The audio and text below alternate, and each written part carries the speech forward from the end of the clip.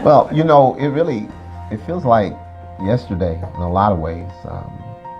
Although it's been 26 years since um, this unexpected trip to Huntsville. My intent 26 years ago was I was living in Indiana and we were visiting my parents in Mobile.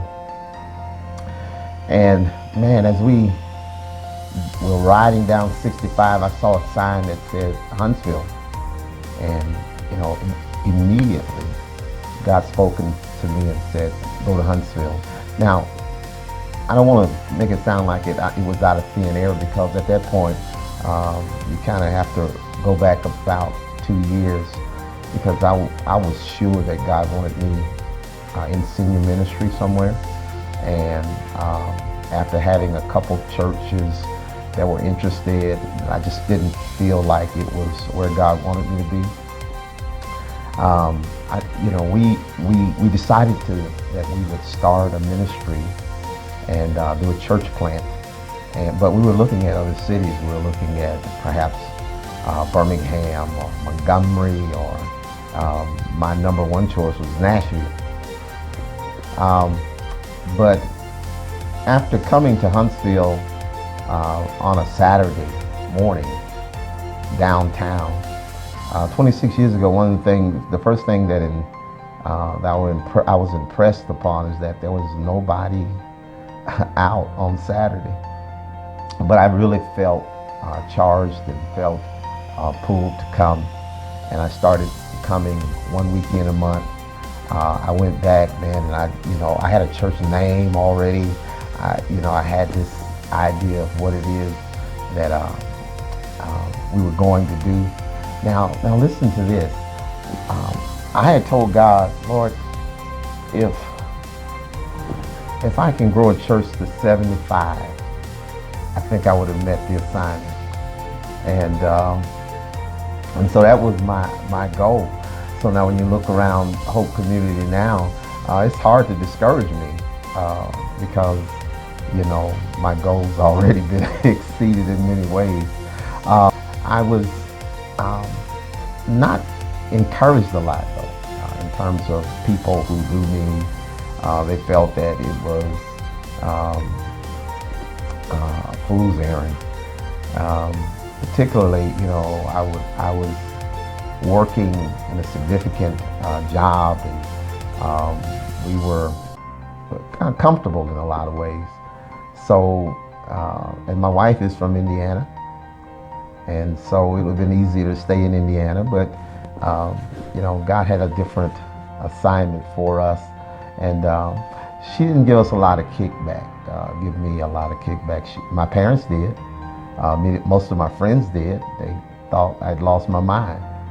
But I came and stood on the corner of Blue Springs and Sparkman on several weekends, and I just passed out letters, flyers, and saying that there was going to be interest group gathering about starting a ministry.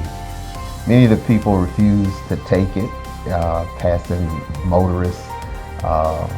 Some would let me put it in their hand. Some would throw it out after they got it in their hand. Some people would holler, I don't want no chain letter.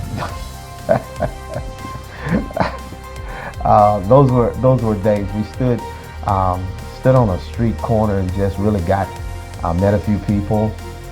And from those contacts, we were able to really start coming down and having meetings and just really talking about vision. And six people gathered and started having planning meetings. And after about 3 months, we planned our first service in a bingo hall. We would go in that bingo hall. They play bingo Saturday night. We go in on Sunday morning and just spray it out, sweep it, put up chairs, take down all the bingo tables, and and we'd have some of the most powerful service. In our first service, without any advertisement, with just word of mouth, 38 people showed up. How amazing. And we knew then that God was in. We, in our early days, we had a small group. We had an exciting, enthusiastic group of believers and people who were really committed and to a vision that in many ways I felt I half cast. But I knew what my strengths were. I knew that I was always a jovial guy, and a lot of things that the church thought was sacred, I would take and remove that from it. So early on, I knew that I needed someone who would bring some stability to our ministry. Well, when I got saved about over 40 years ago in California, there was a mother in the church there, Mother Holmes, everybody knows now. And, we never lost contact. We even, years after I left California, our relationship stayed strong. And so after starting this church, I called Mother Holmes and Elder Holmes, her husband, and just asked them, would you consider moving to Huntsville and just work with me in this church? And she didn't say, let me pray about it, any of those things. She said, I'll talk to my husband and I'll convince him and we'll come.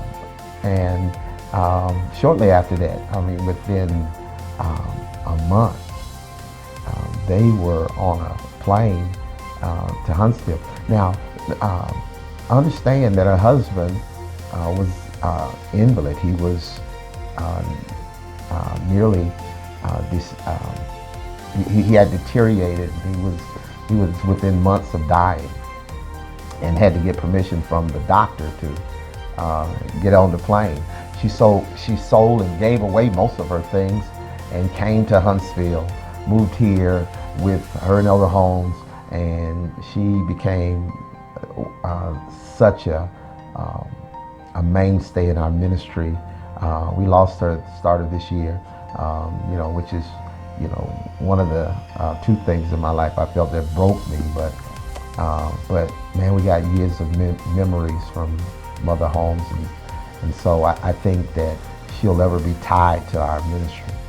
And so I think that for me, coming to Huntsville, it was a city that I'd never, prior to that time, never visited, though I've heard about it.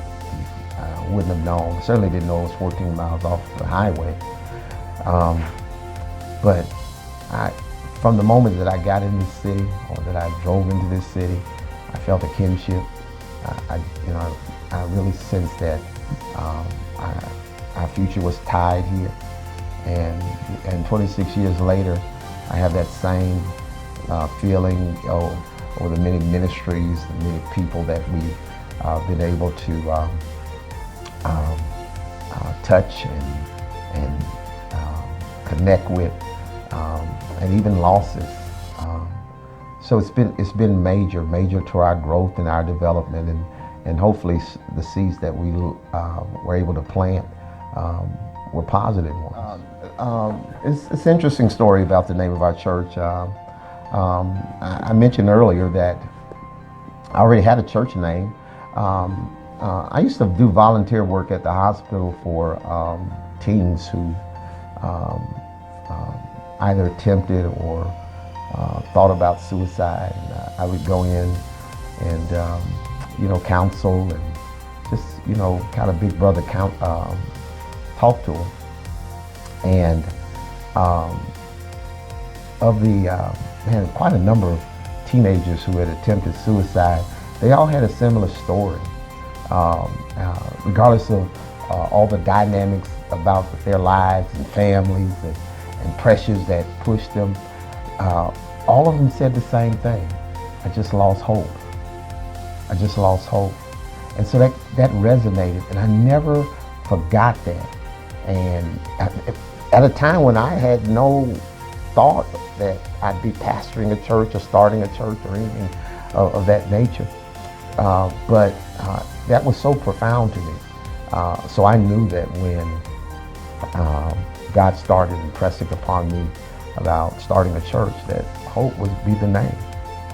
So it was destined.